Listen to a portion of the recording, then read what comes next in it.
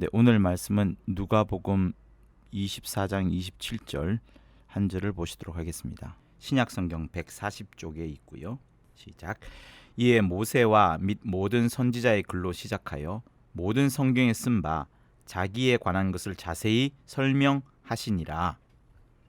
많은 사람들이 성경에 대해서 경히 여기기도 하지만 또 나름대로 열심히 읽는다고 하시는 분들이 주로 하는 방법은 큐티 혹은 특정한 말씀 구절에 관하여서 말씀을 묵상하는 노트 작성 이런 것에 많이 집중되어 있습니다. 그러나 제가 이제 목회자가 되어서 바라보는 관점에서 보면 그런 큐티와 특정한 부분에 대한 말씀 묵상 노트가 어떤 성경에 가장 기본적으로 제시하는 그 방향에서 조금 멀어져 있다는 생각들을 많이 가져보게 됩니다. 오히려 성경은 어느 한 구절만 따로 떼어 놓더라도 그 한 구절 자체가 거대한 존재를 향하여서 계속 뻗어가고 있고 그 거대한 존재를 향하여서 지향하고 있어요. 그렇기 때문에 특정한 말씀이만 적혀 있는 큐티라든가 말씀 묵상 노트가 그 은혜 받는 사실의 목적을 두고서 관점을 두고서 나아갈 수는 있겠지만 성경 전체가 일관되게 지적하고 또 일관되게 말하고자 하는 그 바에서는 조금 멀어질 수 있다는 것들을 늘 생각하게 됩니다. 그래서 성경을 바라보면서 그 기본기가 반드시 있어야 되는데 하나님이 의도하신 것과 전혀 관계없이 자기가 원하는 대로 이 성경을 보게 된다면 문제가 있는 겁니다. 그래서 하나님의 의도와 상관없이 자기가 원하는 대로 성경을 바라보게 되는 하나의 그 장치가 큐티 혹은 말씀 묵상 노트가 될 수 있어요. 그게 나쁘다는 것이 아닙니다. 그러나 그보다 더 좋은 방법이 있다는 것을 여러분들한테 말씀을 드리고자 하는 거예요. 그래서 기본기가 반드시 있어야지 흔들림이 없고요. 여러분이 이단에 빠지지도 않고요. 기본기를 갖추었다 그러면 지금 이 순간부터라도 바로 오늘부터라도 즉시로 여러분 성경에 흔들림 없는 중요한 사실을 알기 때문에 아무리 어려운 이야기가 들어오고 또 성경의 어려운 구절을 만난다 할지라도 여러분이 흔들릴 리가 없습니다. 그래서 기본기를 탄탄히 다지는 그런 것들이 꼭 필요한데 오늘 우선 여러분들에게 그 성경에 관한 부분을 말씀드리고자 하는 거예요.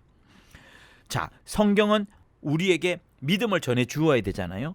근데 그 믿음이 내 것이 아니에요. 아까 여러분들에게 말씀드렸다시피 큐티와 말씀 묵상 노트가 위험한 건 아니지만 조금 의도된 것과 다르다는 것이 뭐냐면 그것이 자기가 원하는 대로 성경을 볼 수 있기 때문에 그렇습니다. 큐티와 말씀 묵상 노트가 자기가 원하는 방향대로 그것을 끌어갈 수가 있어요. 대부분의 질문들이 말씀을 보고 여러분이 느낀 것이 무엇입니까? 여러분들이 무엇을 해야 됩니까? 라는 질문까지 던집니다. 그러나 그것보다 말이죠. 오히려 그 말씀이 여러분의 심령 속에 확 자리 잡아가지고요.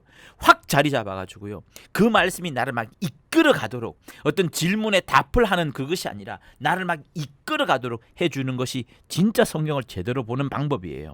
그러니 기독교는 여러분 내가 주관되는 것이 아니고 내가 원하는 바가 아니라 기독교는 철저히 하나님이 의도하시는 대로 흘러가야 되는 것이 맞습니다. 그래서 어떤 사람은 기독교는 체험의 종교다 이렇게 말을 해요. 체험의 종교일 수 있어요. 방언을 체험하기도 하고 성령의 은사를 맛보기도 하고요. 신유를 체험하기도 하고요. 왜냐하면 하나님의 말씀하신 바대로 믿었더니 그 믿음의 결과대로 체험을 했기 때문에 그것이 체험의 종교다라고 할 수 있어요. 그러나 기독교 교리에서 또 우리 베레아에서도 기독교는 체험의 종교다라고 딱 정의하진 않습니다. 왜? 그보다 더 앞선 정의가 있어요. 그것은 뭐냐면 계시의 종교다 이렇게 말하는 거예요. 기독교는 계시의 종교입니다. 체험을 할 수 있어요. 믿을 때에 체험이 나타나기도 하고 그 말씀에 따르는 표적과 이적을 맛보기도 합니다. 그러나 그보다 더 앞에 있는 것이 무엇인가 하면 계시의 종교를 말하는 거예요. 계시가 무슨 뜻입니까? 뭔가를 알려주는 것, 무엇을 나타낼 때 계시라고 말합니다. 그래서 기독교가 다른 종교와 차이나는 가장 큰 차이가 바로 이거예요. 계시를 통한 종교라는 거예요. 계시를 통한 종교. 그러니 하나님이 당신을 알리셔야 되는 겁니다. 하나님이 당신을 나타내셔야 되는 거예요. 내가 발견해내고 내가 찾아가고 내가 원하는 바를 구하는 그것을 말하는 게 아닙니다. 반드시 하나님 스스로가 당신을 우리에게 알리시는 그 범위 내에서만 우리가 하나님을 알 수 있는 거예요. 하나님이 이 땅에서 자신을 나타내신 만큼만 우리가 하나님을 알 수 있는 거예요. 그래서 기독교는 계시의 종교다라고 말을 하지 체험의 종교다라고는 딱 정확하게 말하진 않습니다. 하나님이 반드시 당신을 나를 찾아오셔서 계시하셔야만 우리는 하나님을 알 수가 있어요. 찾아오시고 설명하시는 그대로만 우리가 그분을 알 수 있는 거예요. 그래서 그것을 계시라고 하는 거예요. 그러나 종교는 어때요? 종교와 기독교의 가장 큰 차이는 출발점부터 다릅니다. 주어가 달라요.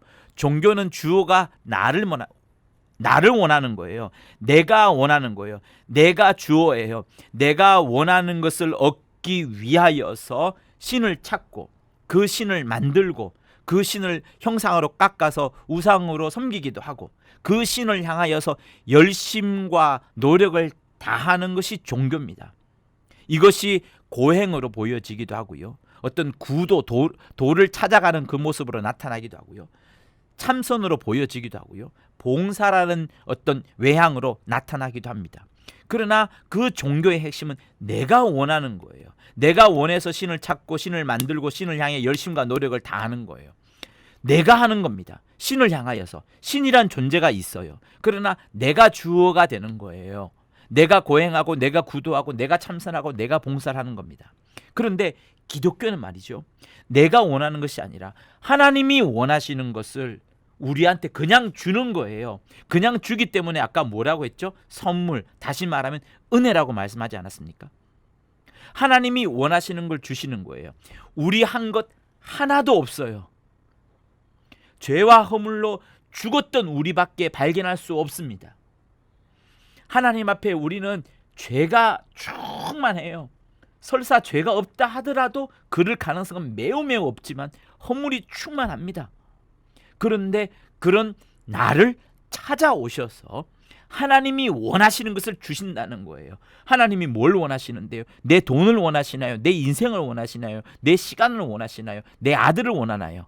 내 무엇을 원하시는데요? 원하는 거 없어요. 그냥 나를 찾아오셔가지고 하나님에게만 있는 영생을 주시겠다는 겁니다. 영생을 주겠다는 겁니다. 그것도 공짜로 주겠다는 겁니다. 그래서 선물이요 은혜라고 말하는 거예요. 그러니 하나님이 찾으시는 것은 고행과 구도와 참선과 봉사를 찾으시는 거 아니에요. 우리의 열심과 우리의 노력을 찾으시는 게 아니에요. 여러분, 이게 기독교의 핵심입니다. 그래서 기독교는 계시의 종교라고 하는 거예요. 내가 알려주겠다. 내가 나타내겠다. 내가 너에게 말하겠다. 내가 알려주는 그대로만 하면 된다. 너희들이 할 것 하나도 없다. 하나도 없다라고 하나님은 늘 말씀하십니다. 전쟁은 너희에게 속한 것이 아니라 나에게 속한 것이라, 하나님께 속한 것이라라고 하나님은 계속해서 말씀하셨어요. 그래서 종교와 기독교가 다른 부분은 주어가 달라요. 기독교는 하나님이 원하셔서 우리에게 찾아오셔가지고 죄와 허물로 죽었던 우리를 그냥 찾아오셔가지고 그냥 공짜로 영생을 나한테 하나도 없는, 내가 갚을 수도 없고 받을 자격도 되지도 않지만 그냥 주겠다는 그것이 여러분 기독교입니다. 얼마나 말도 안 돼요. 말도 안 되기 때문에 하나님께서 제발 믿기라도 해라라고 말씀하시는 거예요. 그래서 그것을 계시의 종교, 기독교는 계시의 종교다 이렇게 말합니다. 그러면 어떻게 하나님이 우리에게 당신을 계시하셨느냐, 우리에게 알리시고 나타내시느냐라는 것이 있어요. 여러 용어들이 있지만 거의 두 가지로 통일됩니다. 두 가지만 알면 충분해요. 아무 문제 없습니다. 첫 번째는 해와 달로 하나님 자신을 알리셨어요. 보통 이것을 신학 용어로 일반 계시라고 말합니다. 일반 계시. 해와 달. 그러니까 이 세상 가운데 천지 만물이 충만하지 않습니까? 하나님이 지으신 모든 세계가 자연스레 그 세계의 주인이 누구인지, 누가 만드는지, 천지의 주제가 누구인지를 그 천지 만물들은 끊임없이 보여줘요. 하나님이 처음부터 그렇게 만들어 두었습니다. 모든 인류가 살아갈 수 있도록 여러 방편과 여러 천지 만물들이 조화롭게 살아가도록 이치를 갖고서 한치의 오차도 없이 잘 살아가도록 하나님이 딱 만들어 주었지만 그 각각이 또 전체가 다 결국은 창조주가 계시다는 것을 끊임없이 그려내고 있어요. 도화지에 그려내고 있어요. 여러분, 해와 달 뜨고 지는 거 보십시오. 한치의 오차도 없어요. 오차가 없어요. 고장 나는 게 없습니다. 인류가 만드는 모든 물건들은 고장이 나고 수리를 해야 되고 기름을 갖다 퍼부어야 되겠지만 하나님이 만드신 것은 한치의 오차가 없어요. 심지어 일어나는 어떤 태풍과 기상이변도 결국에는 지구를 잘 돌리기 위한, 천지만물을 잘 돌리기 위한 하나의 방편이라는 것들을 많은 과학자들이 증명해내고 있습니다. 그래서 여러분 시편 19편을 한번 보세요. 거기는 정말 아름다운 시와 같은 멋진 표현들이 하나님이 천지 만물을 어떻게 주장하시는지를 시편에는 잘 나와 있습니다. 시편 19편에 구약 성경 815쪽에 있어요. 19편 1절부터 이렇게 말합니다. 하늘이 하나님의 영광을 선포하고, 여러분 하늘을 잘 보십시오. 그 하늘은 하나님의 영광을 선포하시는 거예요. 궁창이 우주 말하는 겁니다. 그 손으로 하신 일을 나타내는도다. 날은 날에게 말하고 밤은 밤에게 지식을 전하니 언어가 없고 들리는 소리도 없으나 그 소리가 온 땅에 통하고 그 말씀이 온 세계 끝까지 이르도다. 여기서 말하는 소리는 하나님의 소리를 말하는 거예요. 하나님의 말씀을 말하는 거예요. 하나님이 해를 위하여 하늘에 장막을 베푸셨도다. 해는 그 방에서 나오는 신랑과 같고 그 길을 달리기 기뻐하는 장사 같아서 하늘이 이 끝에서 나와서 하늘 저 끝까지 운행하며 그 온기가 피하여 숨은 자 없도다. 이렇게 멋지게 표현합니다. 여러분 천지 만물은요 무조건 하나님을 그려내고 있어요. 누가 주인인지, 누가 주제인지, 누가 과연 모든 만물 위에 그 우뚝 서 있는 자인지, 누가 창조했는지를 끊임없이 말하고 있습니다. 로마서 1장 20절을 볼까요? 우리가 그런 관점이 충분히 있다는 것을 로마서 기자는 쓰고 있고 그것을 로마서 1장에서 기록하고 있어요. 20절 창세로부터 그의 보이지 아니하는 것들 곧 그의 영원하신 능력과 신성이 그 만드신 만물에 분명히 보여 알게 되나니, 하나님의 영원하신 능력과 그 하나님의 신성은 보이지 않지만 창세 때부터 계속해서 보여주기를 그 만드신 만물에 분명히 보여 알게 되나니 그러므로 저희로 핑계치 못하게 하심이라, 이렇게 말씀합니다. 그러니 여러분 나중에 누군가가 지옥 갔을 때 결코 핑계대지 못할 우선 한 가지가 무엇인가 하면 창세로부터 만들어진 그의 모든 천지 만물들이 하나님의 살아계심을 말할 것이라는 그 핑계대지 못할 그것을 제공한다는 거예요. 일반 계시가 그렇습니다. 해와 달이 천지 만물이 그렇다는 거예요. 그런데 하나님은 그 정도로만 우리에게 당신을 계시한 수준이 아니라 그보다 더 특별하게 계시를 하셨어요. 그 특별 계시를 성경이라 말합니다. 그래서 성경으로 당신을 알리신 그것을 특별 계시라고 말하는 거예요. 다시 말하면 문학이라는 도구를 통해서, 글이라는 도구를 통해서 분명하게 계시하는 거예요. 달과 해와 또 천지 만물들이 각각의 자기들이 하는 일들을 통하여서 하나님의 살아계심을 표현하겠지만 성경이라는 구체적인 문자를 통해서라도 만물을 보면서도 설명이 충분히 가능하지만 그 만물이 보여지는 그 문학이라는 도구를 넘어서서 나는 누구다, 나는 누구다라면서 분명하고 단단하게 우리에게 또한 설명을 하시는 거예요. 그것이 바로 성경에 기록되어 있는 겁니다. 이 성경은 BC 1500년부터 기록이 됐어요. 구약 성경을 말하는 거예요. 곧 모세가 먼저 기록을 한 겁니다. 모세가 창출레민신, 창세기, 출애굽기, 레위기, 민수기, 신명기, 이것을 모세 오경이라고 말하거든요. 5개의 경전. 그래서 BC 1500년경부터 모세가 오경을 쓰기 시작하면서 성경이 나오기 시작한 겁니다. 그러니 지금으로부터 3500년 전부터 성경이 나오기 시작했다라고 여러분 생각하시면 돼요. 그리고 이 신약 성경은, 구약은 그때부터고 신약 성경은 AD 100년부터 예수께서 이제 하늘로 가시고 사도들이 무성도들에게 예수께서 하신 말씀들을 좀 더 가감 없이 정확하게 잊지 않고 전달하기 위하여서 써내려가기 시작한 겁니다.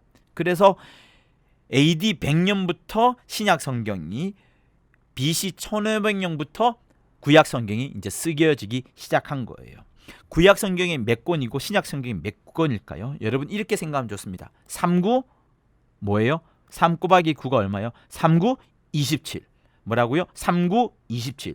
39. 그러니까 구약 성경은 39권이고 신약 성경은 27권이에요. 39권과 27권을 더하면 66권이 됩니다. 그래서 이 성경 전체는 66권으로 되어 있고요. 구약 성경 39, 신약 성경 27 이렇게 되어 있습니다. 그래서 이 성경책은 한 번에 뚝딱 만들어진 책이 아니라 66권이 계속해서 덧붙여졌어요.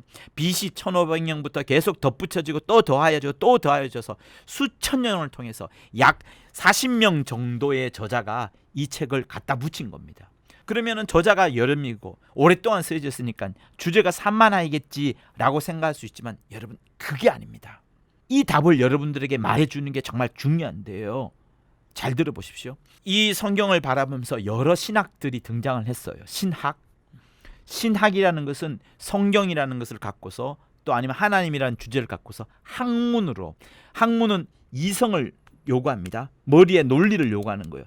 A, B, C 어떤 구조를 갖고서 논리가 딱 떨어져야 되는 거예요. 논리가 맞지 않으면 그것은 빼버립니다. 그렇기 때문에 동정녀 탄생? 아니 어떻게 동정녀 처녀의 몸에서 사람이 태어날 수 있지? 과학의 입장에서는 불가능한 거예요. 그러면 이것은 과학, 특히 학문의 입장에서 이성을 중요시한 학문의 입장에서는 이것을 배제할 수밖에 없어요. 그래서 이런 것들을 배제해야 된다라고 하면서 등장한 신학이 자유주의 신학입니다. 자유주의 신학. 그래서 동정녀 탄생을 또 아니면 물리를 걷는 거라 죽은 자를 살리거나 심지어 가장 빼버리고 싶어하는 것들이 뭐냐면 예수의 부활했다는 것은 정말 빼버리고 싶어해요.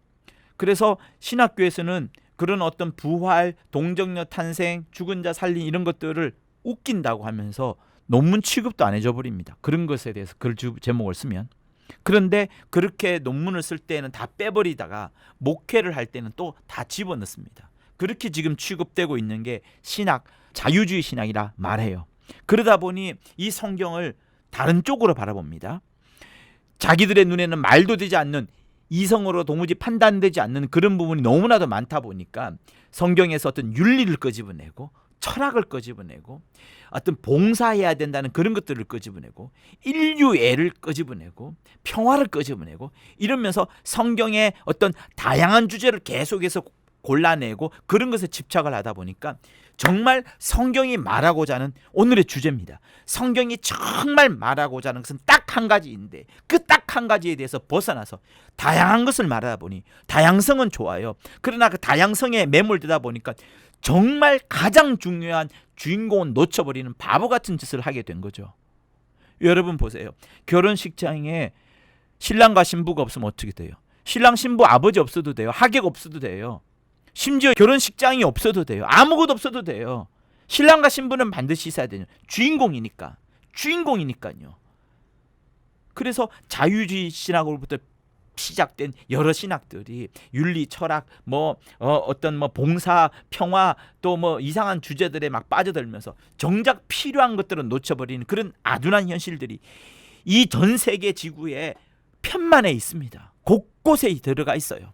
그래서 어떤 목사는 설교를 하다가도 이상한 신학 쪽으로 빠진 데가 많습니다. 그래서 여러분 마지막 때가 될수록 여러분의 설교가 어떤 설교를 들어야 되는지, 그 설교자가 정말 성경에 집중되어 있는지, 정말 한마디로 말하면 예수에게 미쳐 있는지 그것을 정말 봐야 돼요. 왜? 성경은 예수에 미쳐 있어야 된다고 성경은 말하거든요. 저를 비판하고 싶으시면 비판하셔도 돼요. 예수에 미친 놈이라고 비판하셔도 돼요. 그러나 성경은 정말 예수에 미쳐 있는 것을 성경은 말하고 있어요. 성경은 딱 한 가지의 주제로 향하여서 끊임없이 매진합니다. 요한복음 10장 35절 한번 보실까요? 성경은 패하지 못하나니 하나님의 말씀을 받은 사람들을 신이라 하였거든. 성경은 패하지 못하나니 하나님의 말씀을 받은 사람들을 신이라 하였거든. 이렇게 말합니다. 그러니 하나님의 말씀을 받는 사람을 신이라 여길 정도로 하나님의 말씀, 이 성경은 정말로 중요한 거예요. 그냥 하나님의 말씀을 받는다는 게 뭡니까 여러분? 그냥 덥석 받아들이는 이런 건가요? 아닙니다. 정말 하나님의 말씀을 하나님처럼 인격을 대하듯 자기가 그 앞에 무릎을 꿇을 수 있고 그 말씀 앞에 하나님이 직접 말씀하듯이 내가 머리를 조아리고 그 말씀에 순종하고 그 말씀에 절대 권위를 두고 정말 왕이 나에게 명령하듯이 받아들이는 그것을 하나님의 말씀을 받는 것이라 라고 하는 거예요. 그래서 성경은 패하지 못하나니 하나님의 말씀을 받은 사람들을 신이라 하였거니와 한 것처럼 여러분들이 성경을 읽을 때에 하나님의 말씀을 살아있는 하나님이 내 앞에서 직접 왕처럼 그 하나님이 명령하듯이 명령하신다라고 여기고 그 말씀을 막 직접적으로 쫙쫙 여러분의 심령과 여러분의 온 몸과 여러분의 온 마음속에 마음껏 받아들이는 그것이 여러분 그렇게 되면 신이라 할 정도로 말이에요. 여러분을 신이라 할 정도로 그 정도로 받아들이는 것이기 때문에 성경은 그렇게 읽어야 된다는 것을 말해요. 그런데 왜 그렇게 성경을 읽어야 되냐면 성경은 결국 누구를 지지하냐면 예수 그리스도를 말하기 때문에 그렇습니다. 그래서 요한복음 20장 31절 매우 중요하기 때문에 요한복음 끝부분에 두었던 거예요. 요한복음 20장 31절을 보면 이렇습니다. 오직 이것을 기록함은 이 성경책에 나와 있는 예수의 여러 말씀들과 여러 표적들을 이렇게 기록한 이유는 너희로 하여금 예수께서 하나님의 아들 그리스도이심을 믿게 하려 함이로 또 너희로 믿은 다음에 그 이름을 힘입어 예수 그리스도의 이름을 힘입어 생명을 얻게 하려 함이라 이렇게 말씀합니다. 우리에게 성경을 기록하여서 이렇게 알려주신 것은 예수가 하나님의 아들 그리스도라는 것을 믿으라는 것이고 그 이름 때문에 영생까지 생명까지 얻으라라고 말씀을 하고 있는 거예요. 그게 성경의 목적입니다. 그러니 여러분 이 성경 속에서 무엇을 발견해야 되냐면 윤리나 철학이나 도덕이나 봉사나 평화나 이런 쓸데없는 것에 빠져들 것이 아니라 예수 한 분만 찾으면 충분한 거예요. 그게 전부고 그게 필요 충족 요건을 다 완성해 주는 그 자체입니다. 그러니 여러분 제가 윤리와 철학과 평화와 이런 것에 빠져드는 것은 쓸데없는 짓이라 말하는 이유가 정말이에요. 그것 때문에 예수를 발견하지 못하고 삐딱선이 빠져들어가지고 오히려 성경이 진짜 말하고자 하는 예수를 공격하고 성경을 공격하고 기독교를 공격하는 정말 이상한 사람들이 마귀의 앞잡이가 되어서 일하는 사람들이 적지 않게 있기 때문에 그렇습니다. 사랑하는 성도 여러분 정말입니다. 성경은 딱 한 가지 주제를 향해서 뻗어가고 있어요. 예수를 향해서 뻗어가고 있어요. 그가 하나님의 아들 그리스도임을 믿게 하는 것이고 그 이름 때문에 생명을 얻게 하는 그 목적을 향하여 일관되게 흘러가고 있습니다. 그래서 아까 우리가 읽었던 본문 말씀이 무엇입니까? 누가복음 24장 27절이잖아요. 이에 모세와 및 모든 선지자의 글로 시작하여 모든 성경에 쓴 바 자기에 관한 것을 자세히 설명하시느니라. 이 구절은 예수께서 엠마오 길을 걸어가시다가 제자들에게 당신을 나타내신 거예요. 부활하신 이후에 제자들에게 당신을 나타내신데 제자들이 예수를 깨닫지는 못하는 겁니다. 예수를 누군지를 모르는 거예요. 이미 죽었다라고 생각하고 마음이 닫혀 있고 마음이 억눌려 있다 보니까 예수를 발견하지 못하는 겁니다. 그런데 그 예수께서 제자들에게 모세의 글, 아까 말했던 모세 오경 그리고 모든 선지자의 글, 구약이 나온 여러 글들 있죠. 예언서라 이런 거 모든 걸 말하는 겁니다. 그 각각마다 찾아가지고 모든 성경에 쓰여진 바 곧 자기에 관한 것을 자세히 설명하시느니라. 지금 예수께서 바라보고 있는 성경은 무슨 성경입니까? 신약 성경이에요? 아닙니다. 구약 성경이에요. 구약 성경에 예수란 이름 하나도 안 나와요. 단 한 번도 안 나와요. 그러지만 각각마다 모세 오경부터 시작하여 모든 선지서와 모든 예언서와 지혜서 이런 곳에 각각마다 들어가 있는 자세히 숨어 들어가 있는 자기에 관한 것을 예수 지꺼 말해요. 지꺼에 관한 내용들을 자세히 설명을 해주더라 이렇게 나옵니다. 그런데 제자들이 그때 설명을 받을 때 어땠는 줄 아세요? 32절 한번 볼까요? 저희가 서로 말하되 길에서 우리에게 말씀하시고 우리에게 성경을 풀어주실 때 누가요? 예수께서 엠마오 도상에서 제자들에게 설명을 해주는 겁니다. 모세와 모든 선지자의 글로 시작하여 모든 성경에 쓴 바 직거에 관한 이야기, 그를 자세히 설명할 때 그때 우리 속에서 마음이 뜨겁지 아니하더냐. 제자들의 마음이 뜨거워진 겁니다. 왜? 이것도 예수, 저것도 예수, 이것도 예수, 전부 다 예수에 대해서 말하고 있는 거거든요. 예수께서 그것을 엠마오 도상의 두 제자한테 알려준 거예요. 그러니 마음이 뜨거워지는 겁니다. 와, 구약에 있는 내용 전부가 다 예수에 대해서 말하는구나. 그것을 알게 된 거예요. 그러니 여러분 얼마나 마음이 뜨겁겠습니까? 그렇기 때문에 여러분 성경은 단 한 가지의 주제로 일관되게 뻗어가고 있어요. 오직 그거밖에 없습니다. 그거밖에 없어요. 예수밖에 없어요. 예수가 하나님의 아들 그리스도이시다. 믿어라, 믿어라, 믿어라. 그리고 그 믿음 때문에 그 이름을 힘입어서 영생을 얻게 될 것이다. 영생을 얻게 될 것이다. 계속 이것을 성경은 말하는 거예요. 그러니 착하게 잘 사는 방법 성경에 안 나와요. 깨끗하게 살아야 된다는 그 의무 안 나와요. 출세할 수 있는 방법, 돈 버는 방법, 이런 거 성경에 나오지 않습니다. 성경에서 찾으려고 하시면 여러분들도 성경 잘못 보고 있는 거예요. 그런 말씀은 성경에 한 구절도 없어요. 구약도 결국은 예수 그리스도에 대해서 말하는 거예요. 그래서 요한복음 5장을 한번 보실까요? 39절. 요한복음 5장 39절.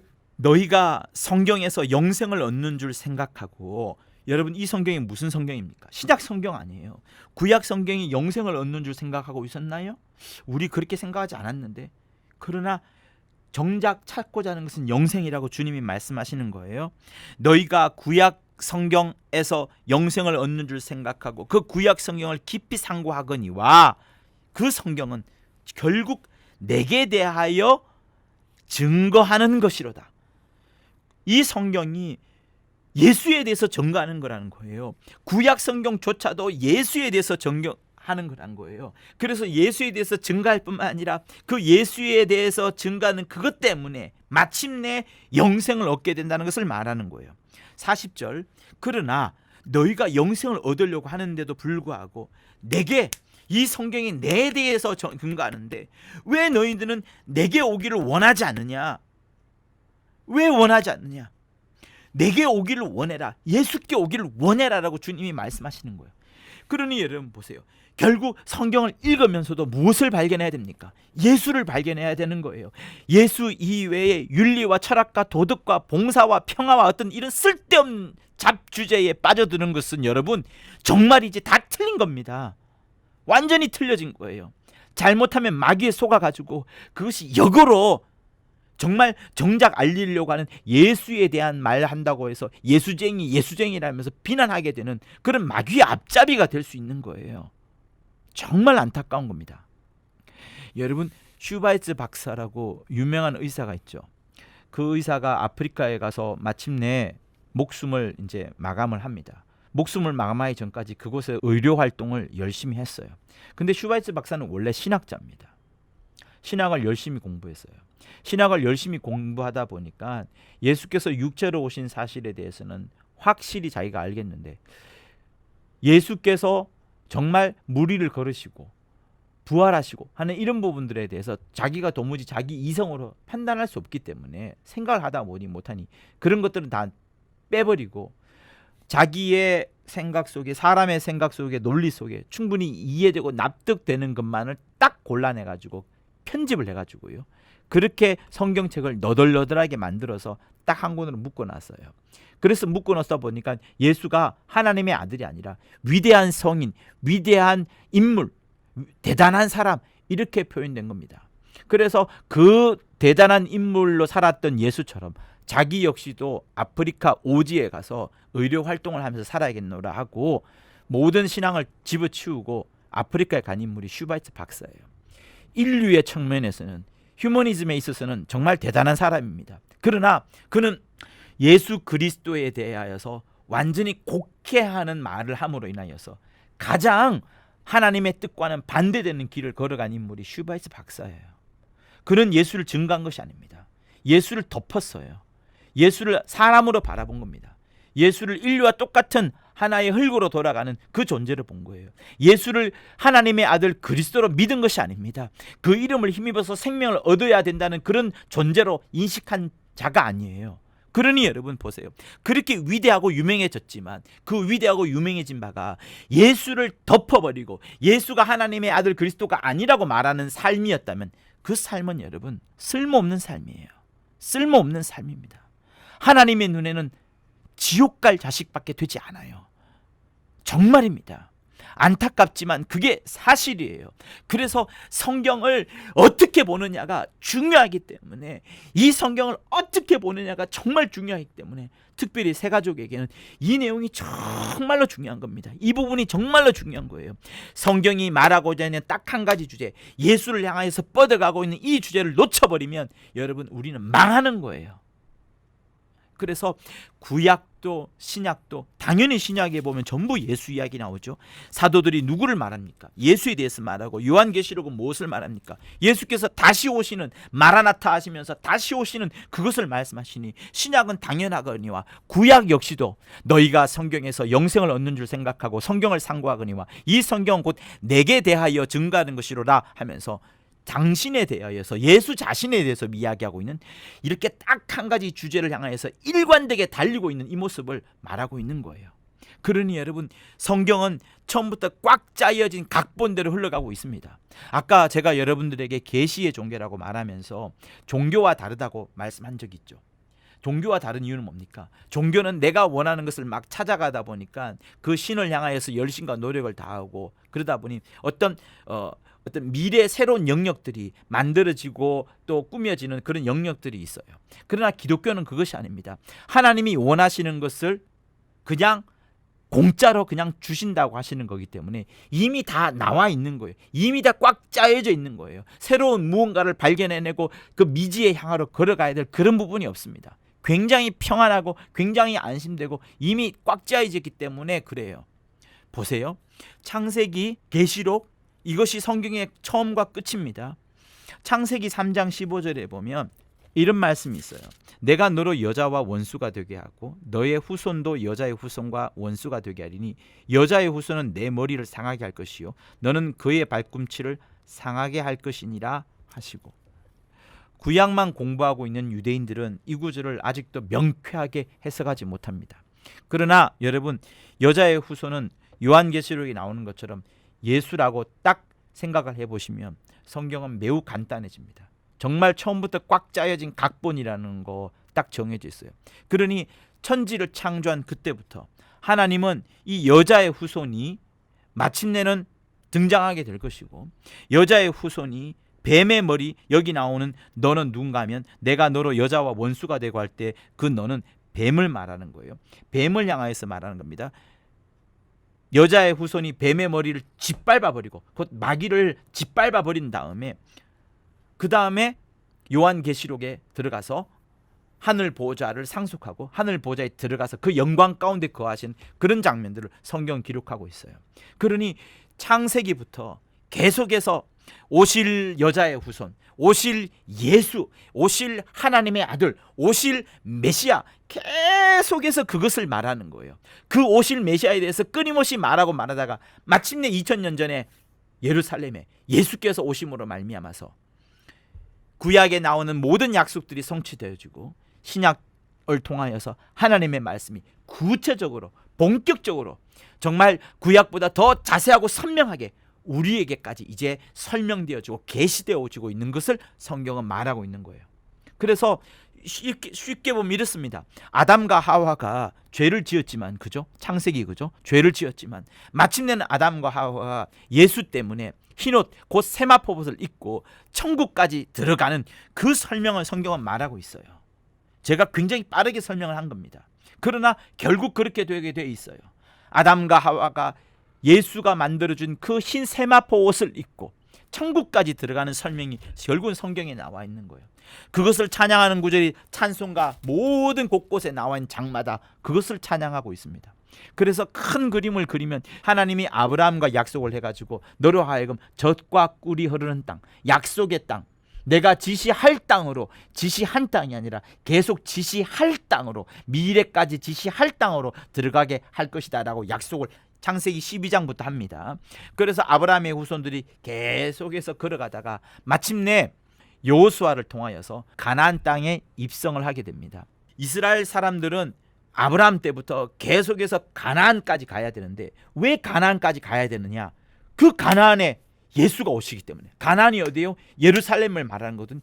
예루살렘에 예수께서 오시기 위하여서 히브리인들이 아브라함을 통하여서 옆구리에서 계속해서 진군을 하다가 가나안에 마침내 정착하고, 예수께서 오실 때까지 그곳에서 죄를 짓고 타락하고 성전 짓고 지혜를 설명하는 여러 지혜자가 나오기도 하고 아가서가 나오고 선지서가 나오고 또 타락하고 성전 짓고 막 이러다가 마침내가 예수가 오심으로 인하여서 종료를 하게 되는 그런 이야기가 성경에 나와 있는 겁니다.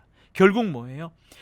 결국 예수가 오시기 위하여서 구약의 사람들이 가나안 땅에 입성해내고 그곳에서 타락하고 죄짓고 회개하고 하는 이런 여러 가지 스토리 속에 있다가 마침내는 예수가 오는 그 스토리를 펼쳐내고 있는 거예요. 결국 성경은 오직 예수만 설명하고 있는 겁니다. 그러니 여러분들이 성경을 읽을 때 성경 구절에서 어떤 은혜, 유익이 되고 지혜가 되고 하는 그런 부분들을 찾을 게 아니라 예수를 찾아야 되는 거예요. 예수의 피를 찾아야 되는 거예요. 예수의 피와 살과 뼈를 찾아야 되는 거예요. 그것이 여러분 속에 통째로 들어와야 되는 것이지 어떤 감동과 유익을 찾으려고 하는 게 아닙니다. 그래서 부분적으로 성경을 읽는 큐티와 묵상 노트가 다소 위험할 수 있다는 부분들을 말씀드리는 거예요. 그러지 말고 아예 성경을 처음부터 마태복음부터 말이에요. 쭉 정말 예수를 찾아가며 예수를 발견해 나가며, 모든 답들은 결국 예수에게 있거든요. 모든 의문과 모든 비유들이 예수에게 있거든요. 예수를 찾아가면서 성경을 읽는 것이 훨씬 더 여러분들에게 그 통전적으로 하나님의 의도를 한 번에 깨달을 수 있는 그런 관점을 여러분 가질 수 있게 되는 거예요. 그렇게 읽어야 되는 겁니다. 보세요. 요한복음 우리 8장 56절 한번 보실까요? 좀 놀라운 부분들이 있습니다. 저도 처음 읽을 때 좀 놀랐거든요. 너희 조상 아브라함은 나의 때 볼 것을 즐거워하다가 보고 기뻐하였느니라. 이게 예수님의 말씀이거든요. 그때 유대인들이 이렇게 말합니다. 야, 네가 아직 50도 안 됐는데 네가 아브라함을 보았다고? 2000년, 3000년 전의 사람을 네가 보았다고? 말도 안 되잖아요. 예수께서 너희 조상 아브라함은 나의 때, 예수의 때를 볼 것을 즐거워하다가, 아브라함이 예수의 때를 볼 것을 보고 즐거워하다가 아직 안 봤으니까, 근데 마침내는 보고 기뻐하였다라고 예수께서 말씀하시니까 유대인들이 비웃는 거예요. 네가 아직 50도 안 됐는데 2000년 혹은 3000년 전 사람이 아브라함을 봤다라고? 이게 말이 되냐? 그러자 58절에서 이렇게 말합니다. 예수께서 가라사대 진실로 진실로 너희에게 이르노니 아브라함이 나기 전부터 내가 있느니라. 아브라함이 어떻게 예수를 보나요? 요한복음 12장 41절 볼까요? 여기도 놀라운 말씀이 있습니다. 이사야가 이렇게 말한 것은 주의 영광을 보고 주를 가리켜 말한 것이라. 이사야가 어떻게 예수의 영광을 봤죠? 이사야가 어떻게 예수를 가리켜 말한 것일까요? 지금부터 3000년 전 사람 모세가 또 이상한 말을 합니다. 그리스도를 위하여 받는 능력이라는 말을 히브리서 11장 24절 26절에서 말을 해요. 보세요. 믿음으로 모세는 장성하여서 바로의 공주의 아들이라 칭함을 거절하고, 믿음 때문에 공주의 아들이라 칭하는 것을 거절한 겁니다. 오히려 도리어서 하나님의 백성과 함께 고난받기를 좋아했어요. 잠시 죄악의 낙을 누리는 것보다 백성과 함께 고난받는 것을 더 좋아했어. 왜 그런가 하니 그리스도를 위하여 받는 능력을 애굽의 모든 보화보다 더 큰 재물로 여겼으니 이는 상주심을 바라봄이라. 여러분, 모세가 언제 그리스도를 봤나요? 근데 그리스도 때문에 그 능력을, 애굽의 그 왕자로서 누릴 수 있는 모든 보화와 명예보다도 그 능력을, 예수 그리스도 때문에 받는 그 욕됨을, 모욕을, 그런 억울함을 더 소중하게 여겼다라고 말하고 있어요. 누가? 모세가. 3500년 전 사람이. 어떻게 모세가 그리스도를 바라볼 수 있었나요? 근데 모세는 그리스도를 위하여라고 성경은 기록하고 있어요. 그러니 여러분 보세요. 아브라함 때, 이사야 때, 모세 전부가 다 그리스도를 말하는 겁니다. 그러니 여러분 이렇게 보시면 돼요. 구약의 사람들은 장차 누군가 올 것이다. 우리가 창세기 3장 15절부터 누군가 온다 하지 않았냐, 여자의 후손이 온다 하지, 뭐가 뭔지는 모르겠지만 반드시 누군가가 올 것인데 그 누군가가 나를 구원해낼 것이다. 그 누군가가 나를 건져낼 것이다. 그 누군가가 하나님을 소개할 것이다. 그 누군가가 나를 이끌어줄 것이다. 그 누군가를 위하여 받는 능력, 그 누군가를 위하여 받는 영광, 그 누군가를 바라보기 위하여서 기뻐하고 마침내는 보고서 기뻐했던 것처럼, 여러분 실제로 구약 때 예수께서 실제 예수의 2000년 전처럼 그 예루살렘에 오신 것, 그 몸을 갖고 오신 것은 아니에요. 그러나 구약이 말하는 바로 그분은 바로 그리스도 예수를 말한다는 것을 말씀하시는 거예요. 그러니 여러분 이 구절을 여러분들이 자세히 설명해 주면 또 시간이 길어지겠지만 어쨌든 누구를 바라봐야 된다고요? 예수를 바라봐야 된다는 거예요. 예수를 찾아야 된다는 것을 성경은 말하고 있는 거예요. 그래서 사랑하는 성도 여러분, 성경을 바라보니 결국은 창세기 1장에서 천지를 창조하셨다. 누가? 하나님이. 그리고 요한계시록 마지막 막장 막절에서 그분이 오신다, 이거를 설명하시는 거예요. 천지를 창조하신 그분이 마침내 오신다는 것을 성경은 설명하고 있어요. 오실 거기 때문에 여러분은 어떻게 해야 됩니까? 믿어야 되는 거예요. 뭔가를 해야 되는 것이 아니라 믿어야 되는 거예요. 우선은 그분을 믿어야 되는 겁니다. 믿어야지 고난도 받게 되고, 믿어야지 그보다 더 큰 무엇도 하게 되고, 믿어야지 정말 내가 상상치도 않았던 일들을 하게 되고, 믿음 때문에 하나님이 역사하시고 일을 하게 되는 거예요. 그래서 이 성경에는 오직 예수 그리스도에 대한 이야기가 모든 이야기인가 마찬가지고, 그 모든 이야기가 오직 예수에 대해서만 설명되어 있는 거예요. 그렇다면 성경을 통해서 하나님이 우리에게 하시고자 하는 그 말은 이제 다 하신 건가요? 다 하지 않은 건가요? 더 이상 우리에게 어떤 예언이나 또 다른 계시가 필요할까요? 아닙니다. 더 이상의 예언이나 더 이상의 계시가 필요하지 않아도 된다는 것을 성경은 말하고 있는 거예요. 성경은 다 완성된 거예요. 하나님의 말씀은 이것으로 충분한 거예요. 그래서 요한복음 20장 아까 20절에서 하신 말씀이 이걸로 충분하기 때문에 기록을 다 할 필요 없다는 말씀까지 들어가 있어요. 그렇기 때문에 여러분 누가 뭐 계시한다, 계시받았다, 예언한다 이런 것에 빠져들면 큰일 나는 겁니다. 그거 또 다른 미혹이고요. 그것은 굉장히 위험한 겁니다. 계시를 예언이나 점치는 것으로 설명한다는 것은 매우 나쁜 짓인 것이고요. 그것을 계속 강조하는 사람이라면 그는 나쁜 놈이에요. 성경은 사람의 미래를 점치는 그런 거, 길흉 화복을 결코 말하지 않습니다. 야, 너 결혼하면 넷이 살다가 결국 둘만 남는다? 그건 무슨 말이에요? 둘이 죽는다는 점치는 거잖아요. 그런 거 여러분 믿지 마세요. 정말 큰일 납니다. 절대로 전보로 가지 마세요. 그러니 예수 외에 다른 것은 몰라도 하나도 상관없다는 거예요. 예수 외에 다른 것 몰라도 하나도 상관없습니다. 예수만 알면 충분하다는 거예요. 그러니 무엇에 목숨을 걸어야 됩니까? 예수께 목숨을 걸어야 되는 거예요. 도덕과 윤리와 철학에 목숨을 걸 것이 아니라, 평화와 어떤 이런 이념들에 목숨을 걸 것이 아니라, 사람에게도 목숨을 걸 것이 아니라 예수에게 목숨을 걸어야 되는 거예요. 예수에게만 목숨을 걸어야 되는 거예요. 여러분 교회 그 자체, 교회의 건물, 예배당 건물, 교회의 어떤 그 규모, 경제적 규모 이런 것에도 관심 가질 필요 없어요. 교회 정치, 교회 권력 이런 것에도 목숨 걸 필요 없어요. 여러분이 고백을 하잖아요. 그 고백도 어떤 성명서를 내거나 뭔가를 주장하거나 하기 위해서 할 필요 없습니다. 그것이 남에게 조금이라도 단 한 명이라도 상처를 주는 것이라면 할 필요 없어요. 오직 우리는 예수에게만 목숨을 거는 것이지, 심지어 목사인 저에게도 여러분 목숨 걸면 안 돼요. 큰일 나는 겁니다. 저도 큰일 나고 여러분도 큰일 나는 거예요.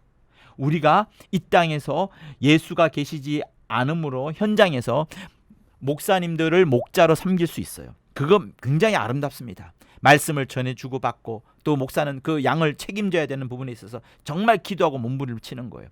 그러나 그 목자에게 목숨을 거는 게 아니에요. 오직 우리는 예수에게만 목숨을 거는 겁니다. 그 예수의 이야기가 어디 나온다고요? 성경에 자세히 나오기 때문에 이 성경을 읽고 또 읽는 것이 정말로 신앙생활의 기본을 다지는 데는 꼭 필요하다는 것을 여러분에게 말씀하시는 거예요. 여기에는 하나님의 말씀이 기록되어 있습니다. 문학처럼 문자로 기록되어 있지만 이 문자 속에서 인격으로 다가오시는 하나님, 인격으로 말씀하시는 주 예수의 말씀이 마구마구 여러분들에게 새겨져야 되는 거예요. 어느 것 하나 가감 없이 처음부터 끝까지 줄곧 읽으십시오. 구약은 읽지 않아도 됩니다. 왜? 신약이 더더욱 몇백 배나 중요하기 때문에 그런 거예요. 그러나 구약도 읽으십시오. 단 신약 성경을 여러분의 나이만큼 읽으신 다음에 읽으세요. 그렇게 예수로만 충분하여도 충분하기 때문에 하시는 말씀입니다. 하나님이 직접 하시는 말씀으로 이 성경을 대하듯이, 살아있는 인격처럼 대하듯이 하나님의 말씀을 읽으세요. 이 말씀이 그런가 그대로 받아들이세요. 조금이나 의심이나 가감할 필요 없이, 감정 쏟을 필요 없이 그대로 아멘하면서 받아들이세요. 못 지키더라도 아멘하면서 받아들이세요. 그렇게 말씀을 순종하고 여러분의 말씀의 신비 속에 깊이 새겨넣고 하나님의 말씀에 절대 권위를 둘 때, 왕의 명령처럼 하나님의 말씀이 여러분의 심령 속에 깊이 다가와서 그 말씀이 여러분의 심령 속과 그 삶 속에서 역사하는 거예요.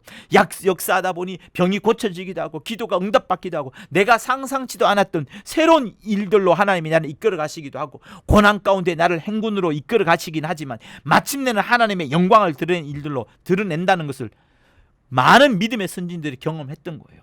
그래서 이 말씀을 기록된 말씀이지만, 문자로 된 문학처럼 되어 있는 말씀이지만 인격처럼 대하여라, 살아계신 하나님으로 대하여라, 절대 권위를 두고 살아계신 하나님처럼 대하여라 라고 말하는 것이 성경 말씀이에요. 그래서 하나님의 말씀은 시대를 초월합니다. 장소를 초월합니다. 남녀노소를 초월합니다. 누구에게든 다 초월하여서 언제나 동일하시게 동등하게 하나님이 역사하시는 이 하나님의 말씀이에요. 이 하나님의 말씀을 그렇게 받아들이라는 거예요. 그래서 이 성경 말씀이 그토록 중요한 겁니다. 그렇게 말씀에 절대 권위를 두고 일렁 그대로 읽고 일렁 그대로 섬기고 일렁 그대로 아멘하고 일렁 그대로 믿을 때 하나님의 놀라운 역사가 여러분에게 펼쳐질 거예요. 이거보다 더 위대한 선지자가 없고, 이거보다 더 위대한 목회자가 없고, 이거보다 더 위대한 설교자가 없는 것이 성경 주 예수의 말씀이에요. 그때 성령이 마음껏 역사하심으로 말미암아서 여러분들이 정말 하나님의 말씀을 벗어나지 않는 정말 위대한 믿음의 일꾼, 하나님의 사랑받는 자가 되어가는 겁니다. 성경이 오직 주 예수만을 말씀하신다는 사실들을 여러분 잊지 마시기를 예수 이름으로 부탁드립니다. 그래서 오늘 이 본문 말씀, 모든 성경에 쓴 바 자기에 관한 것을 자세히 설명하시니라. 직거를 설명하는 거예요. 예수는 자기 거를 설명하는 거예요. 결국 직거, 예수 직거를 설명하는 거예요. 제가 직거라고 말해서 낮춘 말이 아닙니다. 더 강조하기 위하여서 직거라고 말하는 거예요. 예수 거만 말하는 거예요. 예수 거만, 우리 거, 내 거가 아니라 예수 거만 말하는 거예요. 신학적인 것도 아니고요, 위대한 학자의 것도 아니고요, 목회자의 말도 아니고요, 예수 거만 이 성경은 말하고 있는 거예요. 그래서 예수께로 집중하고 몰입하는 여러분의 일평생이 되기를 예수 이름으로 부탁을 드립니다. 하나님 아버지, 일생 하나님의 이 말씀이 우리 심장에 살아 역사하시듯 다가오게 하심으로 인격이신 하나님을 정말 말씀 앞에서 대하게 하여 주심으로 우리의 삶이 당신께 순종하고 절대 권위를 오직 당신께만 돌려드리는 우리 모두가 되도록 역사하여 주옵소서. 시대와 장소를 초월하여 언제나 동일하게 역사하시는 하나님의 말씀이 이 말씀을 듣는 모든 사람들의 심령 속에 각각 깊이 새겨져 능력으로 역사되어지도록 도와주시옵소서. 오직 주께만 영광 돌려지는 우리의 삶이 되기를 원하오니 역사하여 주옵소서. 예수 이름으로 기도합니다. 이제는 우리 주 예수 그리스도의 은혜와 하나님 아버지의 극진하신 사랑과 성령의 감화 감동 교통케 하심이, 예수의 것만을 말하는 성경 그 속에 깊이 들어가 그 성경에 권위를 두고 그대로 섬기며 그대로 읽고 그대로 아멘하며 그대로 믿는 자들 위해 영원토록 함께 있을지어다. 아멘. 우리 베레아인 노래 부르시고 하나님께 영광의 박수 돌려드리고 마치도록 하겠습니다.